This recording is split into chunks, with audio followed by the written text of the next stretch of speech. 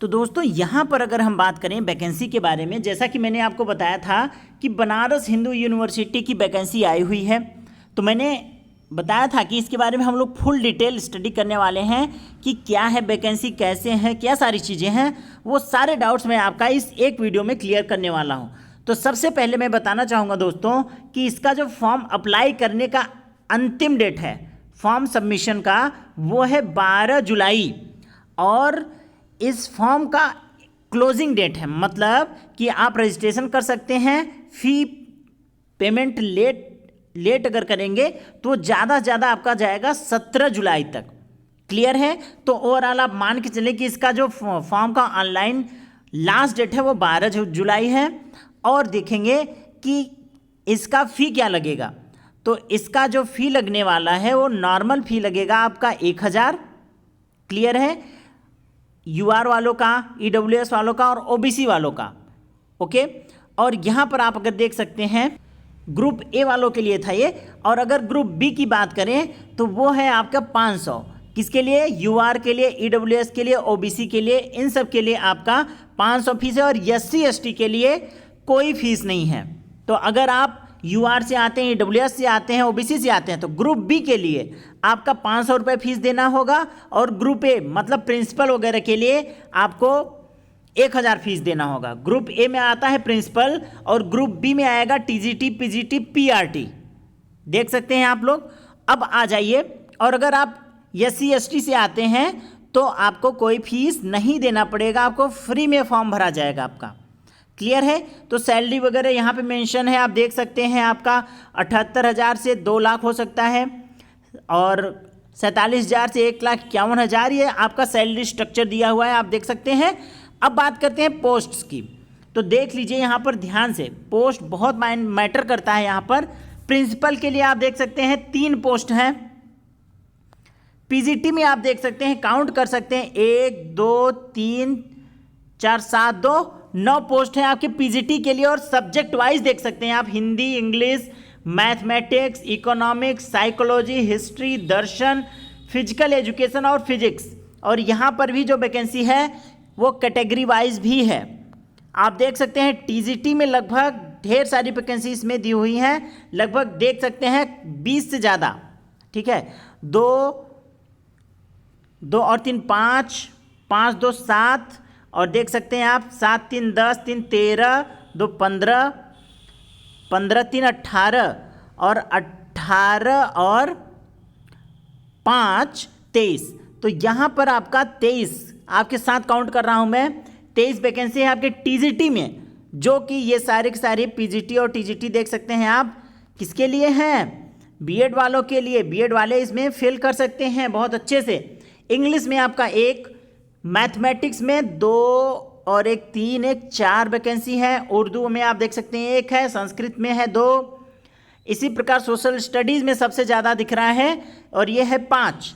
और हर एक सब्जेक्ट, आप अपना सब्जेक्ट देख सकते हैं, यहाँ पर दे रखा है, आप उसी के अकॉर्डिंग फिल कर सकते हैं। मोस्टली 1 से 2 वैकेंसीज आई हैं, लेकिन यहाँ पे मैं अभी आपको एक इंपॉर्टेंट चीज़ बताने वाला हूँ पीआरटी का। देखिए 4 और 3 7 वैकेंसी है पीआरटी में। जनरल वालों का 4 है, और यहाँ पे ओबीसी का है, एससी का है, ये आप देख सकते हैं।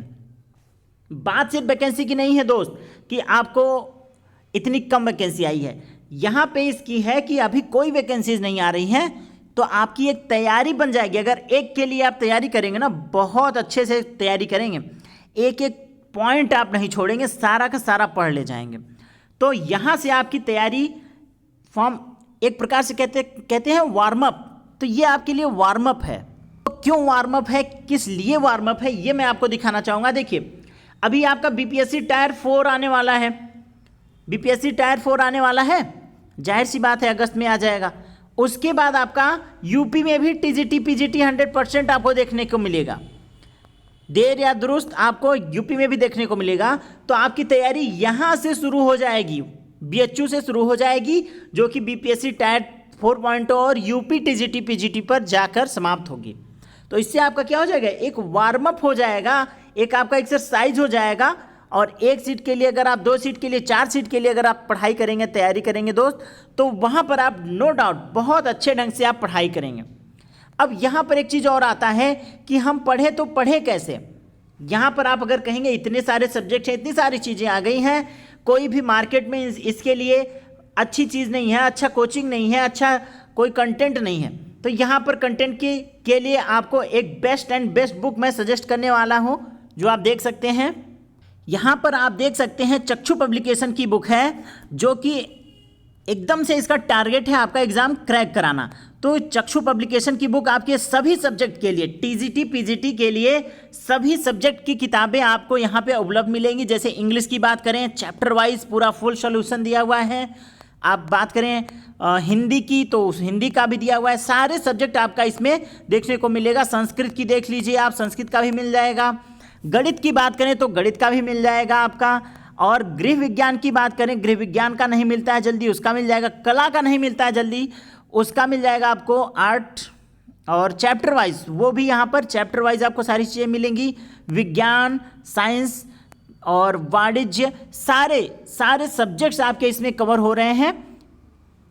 और ये आपका चक्षु पब्लिकेशन के द्वारा ये सारी बुकें जो हैं वो पब्लिश करी जा रही हैं। तो आप यहाँ से, आपको अगर चाहे कोई भी एग्ज़ाम की तैयारी करना हो, आप ये बुक परचेज कर सकते हैं, नो प्रॉब्लम। और इसमें आपको बेस्ट कंटेंट मिलने वाला है, ठीक है। उसके अलावा देख सकते हैं आप एक चीज़ और, तो अगर इसमें बात करें कॉम्बो पैक, तो वो भी दे रखा है। आप देख सकते हैं इसमें सारे सब्जेक्ट दिए हुए हैं, सारे सब्जेक्ट की किताबें आपको यहाँ पर देखने को मिलेंगी, जो कि कोई भी पब्लिकेशन ऐसा नहीं है जो सारे सब्जेक्ट की किताबों को इस तरीके से आपके सामने प्रस्तुत करता हो।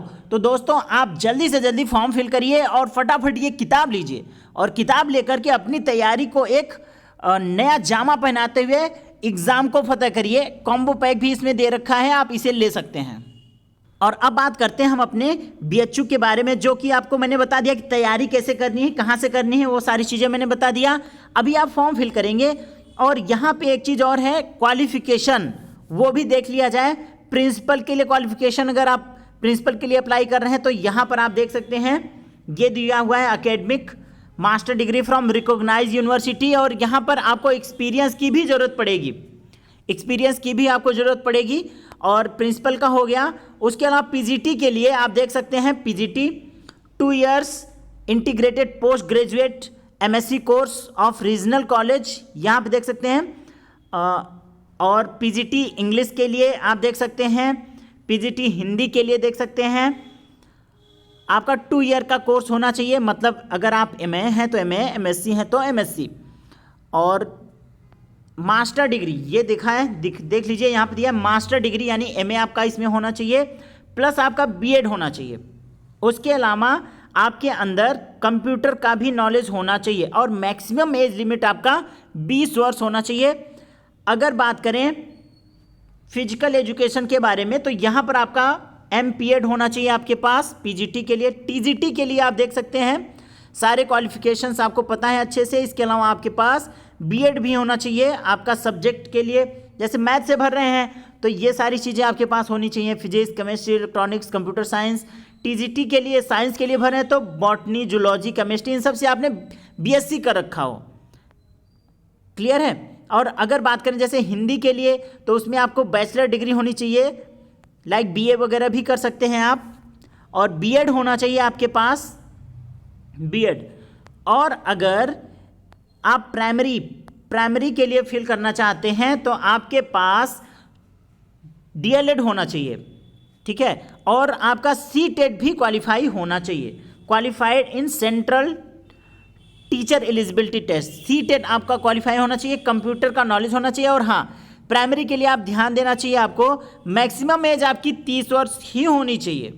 इससे ज़्यादा अगर आप हैं तो आप अप्लाई नहीं कर सकते हैं। और टीजीटी के लिए मैक्सिमम एज आपका 35 होना चाहिए। क्लियर है। आशा करता हूँ आपको समझ में आ गया होगा, आपके डाउट क्लियर हो गए होंगे। अब जल्दी से जाइए फॉर्म फिल करिए फटाफट, बिना टाइम वेस्ट किए, और अपनी एग्ज़ाम की तैयारी शुरू कर दीजिए। और फॉर्म फिल करके एग्ज़ाम की तैयारी करते हुए आपके दिमाग में ये होना चाहिए, बीएचयू, उसके बाद आपका बीपीएससी टायर 4.0, उसके बाद यूपी में भी आपका टीजीटी पीजीटी नो डाउट आपको देखने को मिलेगा, जैसा कि आपको गवर्नमेंट इस समय जोरों शोरों से काम कर रही है। तो आशा करता हूं आपके सारे डाउट्स क्लियर हो गए होंगे। आप अपनी पढ़ाई जारी रखिए, एक फॉर्म फिल करने की वजह से आपके अंदर जो पॉजिटिव एनर्जी आएगी, बूस्टअप आएगा, तो बेशक आपको फॉर्म फिल करना चाहिए। डज नॉट मैटर कि उसमें 1 सीट है, 2 सीट है, डज नॉट मैटर। अरे 1 सीट हो, 2 सीट हो, 10,000 हो, आपको मतलब सिर्फ एक से ही है ना, जो कि है इसमें, तो बेशक आप भरिए फॉर्म। मिलते हैं नेक्स्ट वीडियो में, तब तक के लिए थैंक यू।